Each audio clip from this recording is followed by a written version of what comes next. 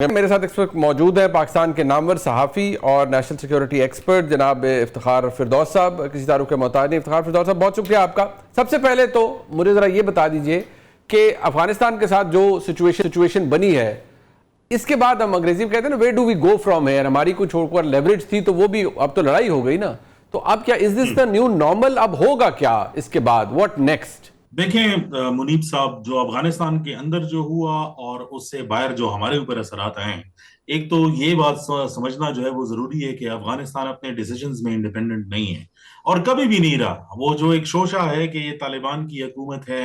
یہ جو ہے اس طرح کر رہے ہیں اور ہمارے اوپر اٹیک کر رہے ہیں اور ریجنل سیکیورٹی ہے، وہ سب کو پتا تھا کہ جب یہ گرے اینٹی بنائیں گے جس کو ان ریکگنائز رکھیں گے تو اسے نکلے گا کیا،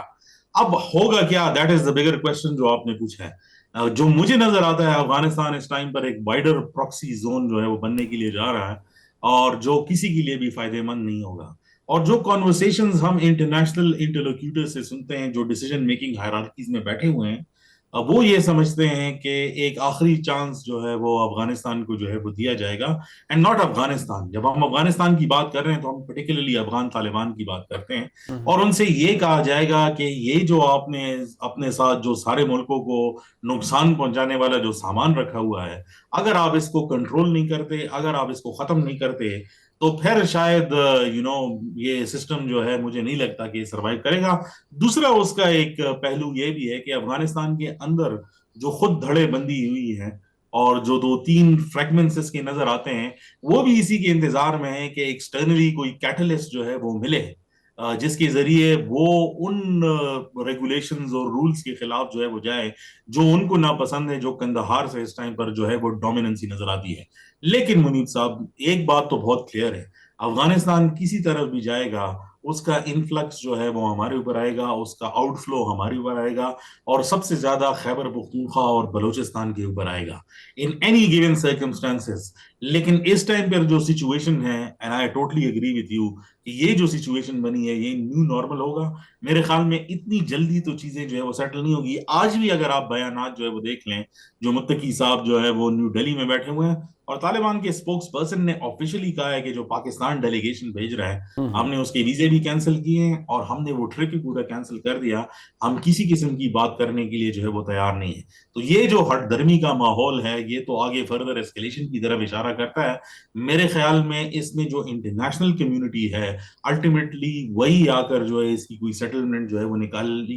نکالے گی، لیکن اس میں جو میجر پاور اسٹیک ہولڈرز ہیں ان سب کے تانے بانے آ کر افغانستان میں لگتے ہیں، چاہے وہ روس ہو، چاہے وہ امریکہ ہو، چاہے وہ چائنا ہو۔ ہم بیچ میں سفررز ہیں اور ہمیں یہ طے کرنا ہوگا کہ جو ہماری انٹرنل جو لینڈسکیپ ہے سیکیورٹی کا، اب اس کو کیسے جو ہے وہ بہتر کرنا ہے بلوچستان میں اور کے پی میں، کیونکہ یہ ہماری طرف آ رہا ہے، بلکہ آ رہا نہیں بلکہ آ چکا ہے۔ یہ بڑا پرابلمٹک ایک پکچر ہے جو آپ نے پینٹ کیا، obviously purely based on your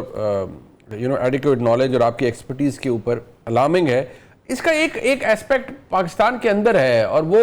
وہاں بڑی تبدیلی ہوئی ہے آج، اور وہ ہے خیبر پختونخوا کا صوبہ، very dear to us obviously،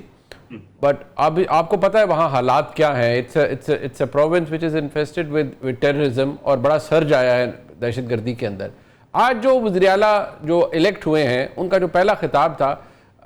بحیثیت ایک پاکستانی، مجھے اس میں صرف فکر یہ ہے،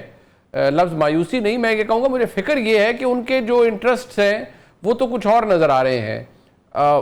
یہ کس طرح سے چل پائے گا معاملہ؟ وہ کہتے ہیں میں 8 to civil power ختم کروں گا، ہم نے تو آپریشن نہیں کرنا، قبائلی عمائدین سے بات کریں، مشائخ سے بات کریں۔ D G I S P R کی پریس کانفرنس بھی آپ دیکھ چکے ہیں کہ انہوں نے جو باتیں کی، انفیکٹ جو آج گفتگو انہوں نے کی وہ تو ان کو جواب دے رہے تھے D G I S P R کو۔ So when it comes down to that, آپ کو کیا لگتا ہے کہ یہ کام ایسے ہی چل پائے گا کہ ہم ختم کر دیں 8 to civil power اور کہیں نہیں فوج کو آپ بھی چلے جائیں اور ہم خود صوبہ چلائیں گے اور دہشت گردی کو بھی ختم کر لیں گے؟ How is it possible? دیکھیں، کسی بھی ملک کے لیے فیڈریشن پروونسز سے ایسی آوازیں نکلنا